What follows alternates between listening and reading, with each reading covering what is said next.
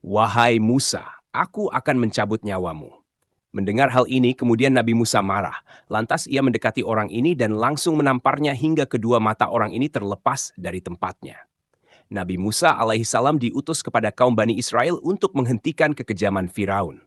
Kitab suci Taurat diturunkan di Bukit Tursina kepada Nabi Musa selama 40 hari. Dan Nabi Musa ini, teman-temanku, banyak diriwayatkan memiliki fisik yang sangat kuat melebihi manusia pada umumnya.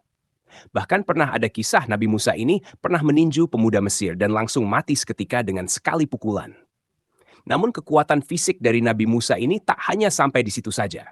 Bahkan Nabiullah Musa pernah di satu kisah memukul malaikat maut yang hendak mencabut nyawanya, sampai-sampai dari malaikat maut ini loncat saking kunaga dari Nabi Musa ini. Dan kisah ini merupakan kisah yang riwayatnya syahih menurut para ulama. Untuk itu, di video kali ini kita akan mengisahkan tentang ketika malaikat maut hendak mencabut nyawa Nabi Musa. Assalamualaikum warahmatullahi wabarakatuh, sobat beriman yang dimuliakan Allah. Mohon bantu channel ini untuk terus berkembang dengan cara like, komen, subscribe. Semoga kita selalu dalam keadaan sehat walafiat dan dimudahkan rezekinya. Amin ya robbal alamin. Nabi Musa alaihissalam dikisahkan memiliki mukjizat yang sangat banyak. Mulai dari membelah lautan, tongkatnya bisa berubah menjadi ular, bisa mengangkat sebuah bukit, dan masih banyak lagi. Dikisahkan juga kalau Nabi Allah Musa ini seorang nabi yang memiliki kekuatan yang luar biasa. Bisa dikatakan Nabi Musa seseorang yang cenderung pemarah. Ya mungkin karena diutus kepada kaum Bani Israel, yang memang kaum ini orang-orang yang ngeyel dan sulit diatur. Kemudian Nabi Musa ini selalu didampingi kakaknya selama ia berdakwah, karena Nabi Musa tidak lancar berbicara. Makanya ia berdoa kepada Allah agar kakaknya yang selalu menemaninya ini dijadikan nabi juga. Nabi ini bernama Nabi Harun alaihissalam. Nabi Harun selalu menemani Musa kemanapun ia pergi. Nabi Harun inilah yang bertindak sebagai juru bicara dari Nabi Musa alaihissalam. Teman-temanku seiman, di sini kita akan kisahkan tentang Nabi Musa yang memukul malaikat maut hingga mata dari Malikul Maut ini keluar. Kisahnya begini, teman-teman. Pada suatu hari, ketika Nabi Musa sedang berada di rumahnya, tiba-tiba ada seseorang datang dan langsung masuk ke dalam rumahnya tanpa orang ini memberi salam. Tiba-tiba orang ini berkata kepada Musa, "Wahai Musa, aku akan mencabut nyawamu." Mendengar hal ini, kemudian Nabi Musa marah, lantasnya mendekati orang ini, dan langsung menamparnya hingga kedua mata orang ini terlepas dari tempatnya. Begitu kuatnya tamparan dari tangan Nabi Musa ini, menyebabkan orang ini tersungkur jatuh. Padahal Nabi Musa tidak mengetahui bahwasanya orang yang datang ini adalah malaikat maut yang merubah wujudnya menjadi seorang laki-laki. Karena Musa tidak tahu bahwa yang datang ini malaikat dan laki-laki ini datang tanpa permisi, kemudian mengucapkan kalimat ancaman. Maka langsung saja saat itu Musa memukul orang ini.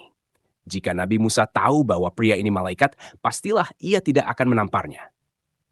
Kita kembali lagi ke cerita ketika pria ini menerima tamparan dari Musa. Maka ia menemui Allah Subhanahu wa Ta'ala dan mengadukan akan hal ini. "Ya Rob, engkau mengutusku kepada seseorang hamba yang enggan untuk mati." Kemudian Allah mengembalikan mata malaikat yang terlepas itu seperti sedia kala. Dan Allah Subhanahu wa Ta'ala berfirman, "Kembalilah engkau kepada Musa, katakan padanya, agar meletakkan satu telapak tangannya di punggung seekor lembu jantan. Maka untuk setiap bulu lembu yang tertutup telapak tangannya, satu helainya bernilai 1 tahun masa hidupnya." Kemudian, malaikat ini kembali menemui Nabi Musa dan ia berkata bahwa ia adalah malaikat maut, serta ia menyampaikan firman Allah kepada Musa tadi. Namun Nabi Musa tidak mau melakukannya dan ia berkata, "Untuk bertemu dengan kekasihku, aku harus menunggu sekian lama lagi? Aku tidak mau. Cabutlah nyawaku sekarang. Kerjakan tugasmu, wahai malaikat maut." Dan ketika itu malaikat maut menjalankan tugasnya untuk mencabut ruh dari Nabi Musa alaihissalam, diikuti dengan Nabi Harun alaihissalam. Kemudian di akhir hidupnya, Nabi Musa meminta satu permintaan kepada Allah. Dia ingin didekatkan dengan tanah suci, yaitu Baitul Maqdis di Syam, atau yang kita kenal sebagai Al-Quds Palestina. Allah Subhanahu wa Ta'ala pun memenuhi keinginan utusannya itu, yakni mendekatkan Nabi Musa ke Baitul Maqdis dengan jarak selemparan batu saja. Jasad Nabi Musa pun dimakamkan di daerah tersebut. Namun hingga kini tidak ada yang tahu persis lokasinya di mana. Di kisah ini timbullah pertanyaan teman-teman. Mengapa malaikat bisa terluka ketika ditampar oleh manusia? Jawabannya adalah ketika malaikat sudah mengubah wujudnya menjadi manusia, maka hukum-hukum di dunia manusia akan terjadi juga padanya. Seperti kisah Isranya Nabi Shallallahu Alaihi Wasallam dan malaikat Jibril berboncengan naik buruk dari Masjidil Haram ke Masjidil Aqsa. Dari sini saja sudah bisa dilihat buat apa Jibril ikut naik bersama Rasul di atas buruk.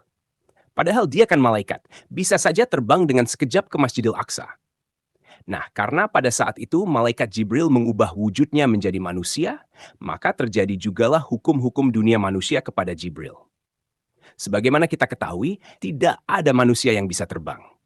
Al-Hafiz Ibnu Hajar menyebutkan beberapa bukti bahwa para nabi bisa saja tidak mengetahui malaikat yang datang kepadanya.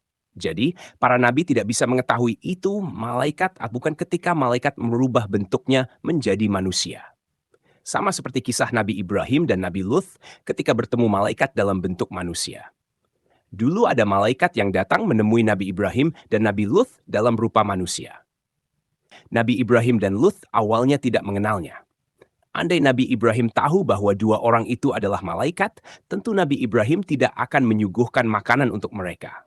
Dan andai Nabi Luth tahu bahwa itu adalah malaikat, tentu Nabi Luth tidak perlu mengkhawatirkan mereka dari kejahatan kaumnya. Intinya kita wajib menerima kebenaran akan peristiwa ini. Wallahu alam bisyawab. Jadi itulah kisah ketika malaikat maut hendak mencabut nyawa Nabi Musa. Semoga kisah ini bermanfaat. Lebih dan kurangnya mohon dimaafkan. Yang benar datangnya dari Allah Subhanahu wa Ta'ala, hilaf ataupun keliru, itu datangnya dari saya pribadi sebagai manusia biasa. Sampai ketemu di kisah-kisah seru yang penuh makna selanjutnya. Saya akhiri. Wassalamualaikum warahmatullahi wabarakatuh.